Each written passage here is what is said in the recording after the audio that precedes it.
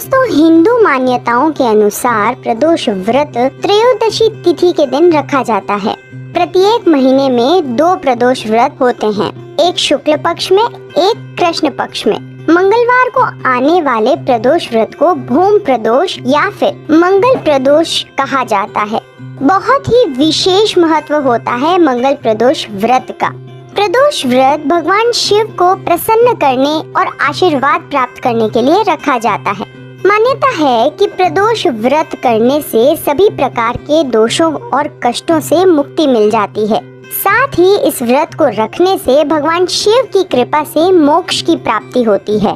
प्रदोष व्रत में प्रदोष काल का बहुत ही विशेष महत्व होता है। सूर्यास्त के बाद और रात्रि के आने से पहले का समय प्रदोष काल कहा जाता है। त्रयोदशी तिथि पर भगवान शिव और माता पार्वती की आराधना इसी समय की जाती है। चलिए आगे बात करते हैं मंगल प्रदोष व्रत की पूजा विधि के बारे में। मंगल प्रदोष व्रत के दिन ब्रह्म मुहूर्त में उठकर स्नान ध्यान आदि से निवृत्त होकर स्वच्छ वस्त्र धारण करें। यदि संभव हो तो आप लाल रंग के वस्त्र जरूर पहनें। इसके बाद आप आचमन कर अपने आप को शुद्ध करें। सबसे पहले सूर्य देव को अर्घ्य दें और व्रत का संकल्प करें। इसके बाद भगवान शिव का अभिषेक कर बेलपत्र अर्पित करें और चंदन आग धतूरे से उनका श्रृंगार करें। अब माता पार्वती की भी फल फूल धूप दीप चंदन अक्षत नैवेद्य आदि से पूजा करें। अंत में आरती अर्चना कर महादेव और माता पार्वती से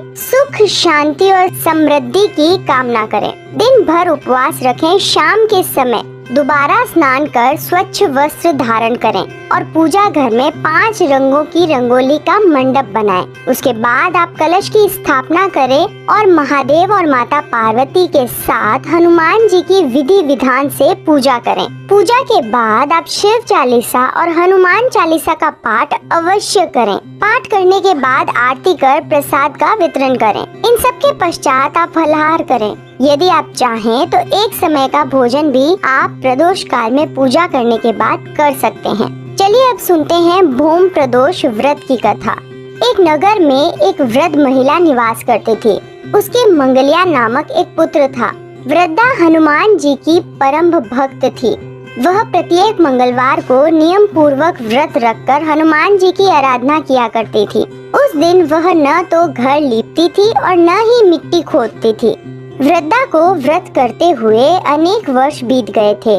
एक बार हनुमान जी ने उनके श्रद्धा की परीक्षा लेनी चाही और हनुमान जी साधु का वेश धारण करके उनके पास आ गए और पुकारने लगे, है कोई हनुमान भक्त, है कोई शिव जी का भक्त जो हमारी इच्छा पूरी कर दे। यह पुकार सुन वृद्ध महिला बाहर आई और बोली, आज्ञा महाराज। हनुमान जी महाराज बोले, मैं भूखा साधु हूँ, तू थोड़ी सी जमीन नीप दे और भोजन बनाने का सामान मुझे दे दे। मैं अपने हाथों से भोजन बनाकर भोजन करूँगा। वृद्धा दुविधा में पड़ गई।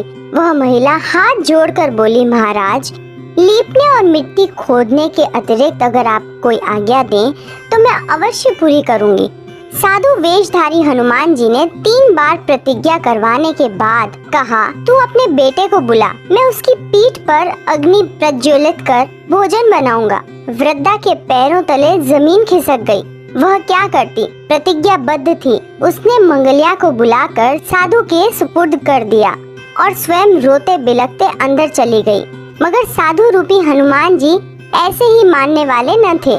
उन्होंने वृद्धा के हाथों से ही मंगलिया को पेट के बल सुलाया और उसकी पीठ पर आग जलाई। इधर भोजन बनाकर साधु ने वृद्ध महिला को बुलाया और कहा कि अब मंगलिया को पुकार ताकि वह भी आकर भोग लगा ले। इस पर वृद्ध महिला बहते आंसुओं को पोंछकर बोली, उसका नाम लेकर मुझे अब और कष्ट न पहुंचाओ। किंतु जब साधु महाराज नहीं माने तो वृद्धा ने मंगलिया को आवाज लगाई और पुकारने की देर थी कि मंगलिया दौड़ते हुए आ पहुंचा। मंगलिया को जीवित देख वृद्धा को सुखद आश्चर्य हुआ। वह साधु के चरणों में गिर पड़ी। साधु महाराज अपने वास्तविक रूप में प्रकट हुए।